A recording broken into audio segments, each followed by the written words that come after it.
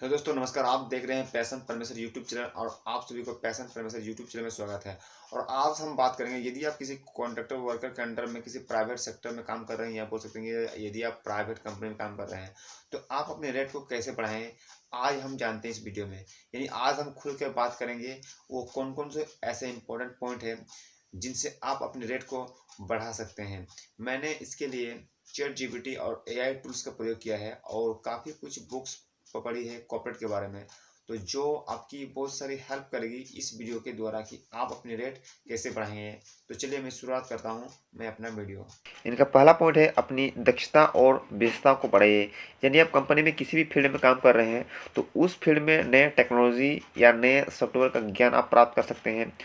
और जो भी आप काम कर रहे हैं उसमें आप काम में क्वालिटीज़ को बढ़ाइए और हो सके तो उस काम के लिए आप कोई सर्टिफिकेट अलग से बना कर रखिए। यानी कि आप जिस उद्योग में काम कर रहे हैं कंपनी में उससे रिलेटेड आप कुछ एडवांस टेक्नोलॉजी या फिर एडवांस ट्रेनिंग आप कर सकते हैं। जैसे एडवांस स्किल यदि आप शामिल करते हैं तो इनमें आपके डेफिनेटली आपकी जो रेट है वो कंपनी आपको बढ़ाएगी।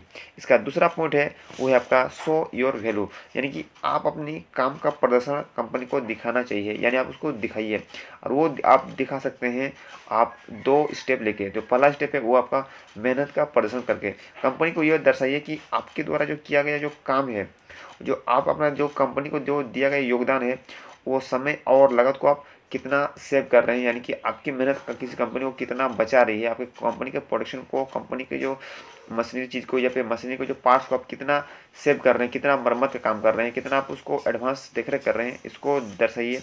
सेकंड जो पॉइंट है वो है आपका डेटा। यानी कि आप जो भी काम कर रहे हैं उनका आप आंकड़े तैयार रखें, आपकी उसको उपलब्धियां दिखाइए कि जो भी मैं काम कर रहा हूँ उसमें 20% काम में सेव करके रख रहा हूँ या फिर मैं इस पे कम कर रहा हूँ।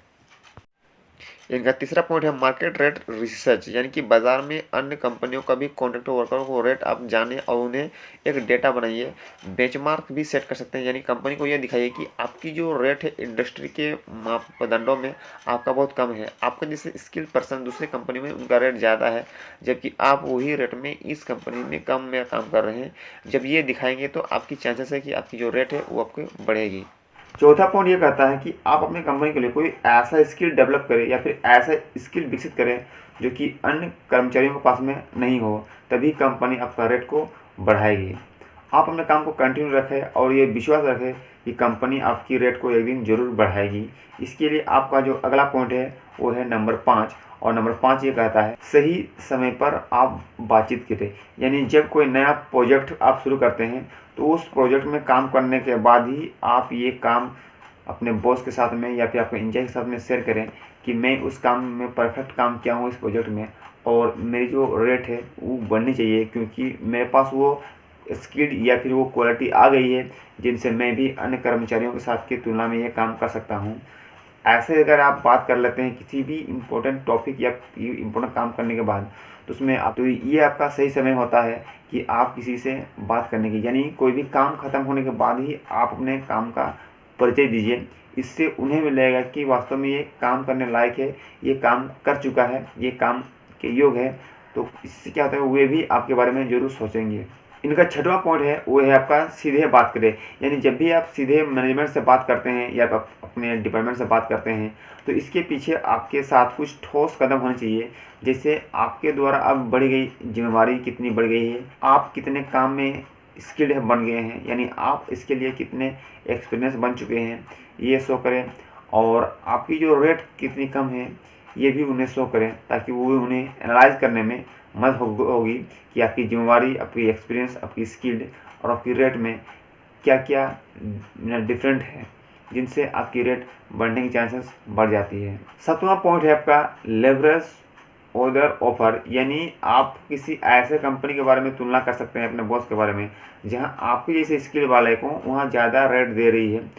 वो बात जब अपने बॉस के साथ में शेयर कर सकते हैं तो उन्हें एनालाइज करने में ये मजबूर कर देगी कि वास्तव में आपकी जो एक्सपीरियंस है, आपकी जो एबिलिटीज़ है, आपकी जो बाज़ार की जो मांग है उस हिसाब से आप बहुत कम हैं, इसीलिए आपकी रेट बढ़ने की इसमें जो चांसेस है वो अधिक है। ये पॉइंट 7 कहता है।